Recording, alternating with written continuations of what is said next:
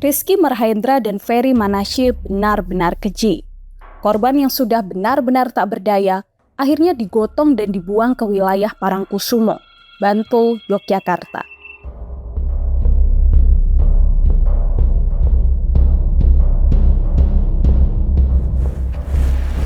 Kita sudah sampai di kawasan Cepuri Parangkusumo. Ini adalah sebuah kawasan petilasan. Di tempat inilah pertama kali pelaku ingin membuang korban, akan tetapi tidak jadi dilakukan.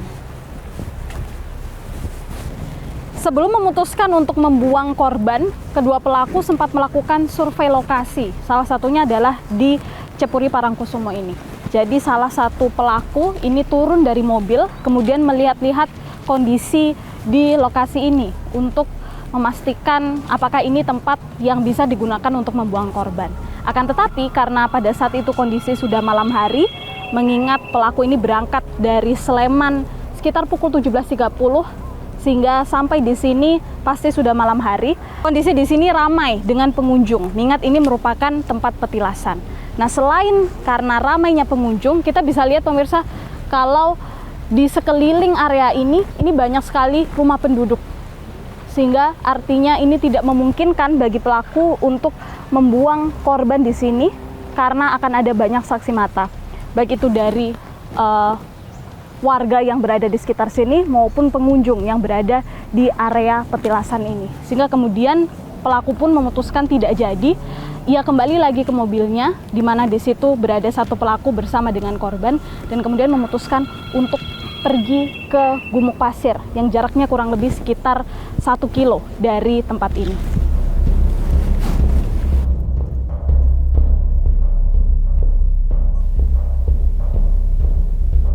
Merasa tidak kondusif, para pelaku akhirnya mencari lokasi lain.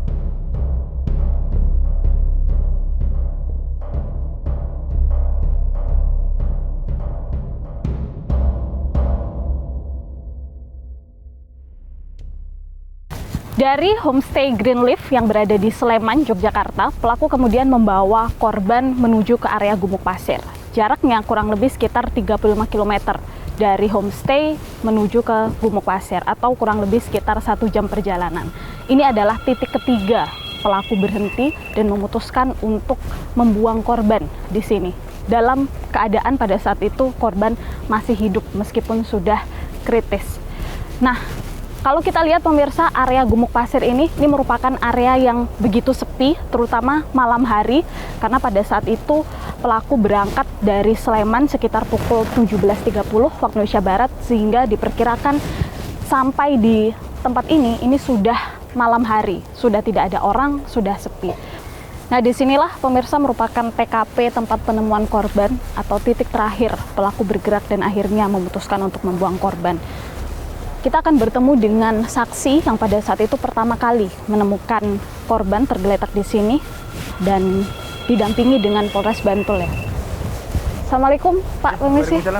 Yang mana saksinya? Oh ini. Pak Marno, Pak, saya Tanti dari Fakta TV One. Dengan Bapak siapa? Marno. Pak Marno. Ya. Pak Marno asli daerah sini. Asli sini. Rumahnya di mana kira-kira Pak? Grogol 7. Grogol 7. Jauh dari sini? Enggak. 1 kilo Bang. 1 kiloan. Oke, Pak Marno, waktu itu di hari Selasa ya? Atau hari Rabu? Hari apa ya penemuan? Selasa apa ya? Oke. Pada saat itu seperti apa ceritanya awal mula menemukannya? Saya kan cari rumput. Mau ke arah ke situ. Tahu di bawahnya ada mayat. Di bawah itu di mana Pak? Titik persisnya? Di sini? Iya. Oh, jadi di area terbuka ini ya? Sini, bawah sini. Oh, bawah sini, iya. Agak menjorok ke dalam. Betul. Itu perkiraan jam berapa? Setengah 8. Setengah 8 pagi? Kurang lebih setengah 8. Seperti apa kondisinya? Kondisinya terlentang, memang nggak ada ke sana. Nggak ada ke selatan. Ditutupi kah korban? Enggak ditutup apa-apa. Cuma tidur aja di sini. Jadi terbuka? Iya. Posisinya ya? Nah, pada saat itu korban berpakaian lengkap kah atau seperti apa? Pakaian lengkap. Ada ditutupi sesuatu, diikat atau seperti apa? Enggak ada. Tidak ada? Enggak ada. Yang Bapak lihat pada saat itu masih hidup kah atau sudah meninggal? Kayaknya sudah enggak ada. Kita kan terus cari teman. Habis dia kan terus cari teman kan. Terus suruh ke sini. Mastiin gitu loh. Habis itu kan pasti udah nggak ada, terus telepon polsek sama Temsat. Semuanya terus ke situ semua. Habis itu kan bapak polisian udah banyak terus. Langsung diangkat bawa ke polsek. Posisinya di mana sih Pak? Kalau bisa ditunjukkan? Di sini, pas di sini ya. Pas di sini ya? Oke, jadi kepalanya di sini berarti? Iya, kepala di selatan. Oke. Nah, ini kalau berdasarkan keterangan saksi, pemirsa, merupakan lokasi penemuan pertama kali korban. Posisinya pada saat itu korban telentang, menggunakan pakaian lengkap, tidak ditutupi apa-apa. Jadi posisi kepala berada di sini dan kemudian badan, kaki di sini ya Pak, sebelah utara berarti ya, karena kepalanya berada di sebelah selatan. Kondisinya saat itu menurut pengakuan saksi ini sepertinya sudah meninggal dunia. Oke, jadi posisi jenazah pada saat itu sudah meninggal dunia, pemirsa, meskipun menurut keterangan dari pelaku ini ketika dibuang ini kondisinya masih hidup meskipun sudah kritis. Kita akan bertanya pada Iden ya, Pak, pada saat itu kira-kira perkiraan waktu meninggalnya kapan? Dari pemeriksaan kita kan dengan tim medis yang di lapangan, perakiraan dari tim medis kan lebih dari 2 jam ditemukan. Berarti kan bisa lebih. Jadi tim medis 2 jam lebih kayak gitu. 2 jam lebih itu dihitung dari setengah 8 ditemukan iya. itu. Oke, ada nggak luka-luka atau yang dilihat seperti apa kondisinya?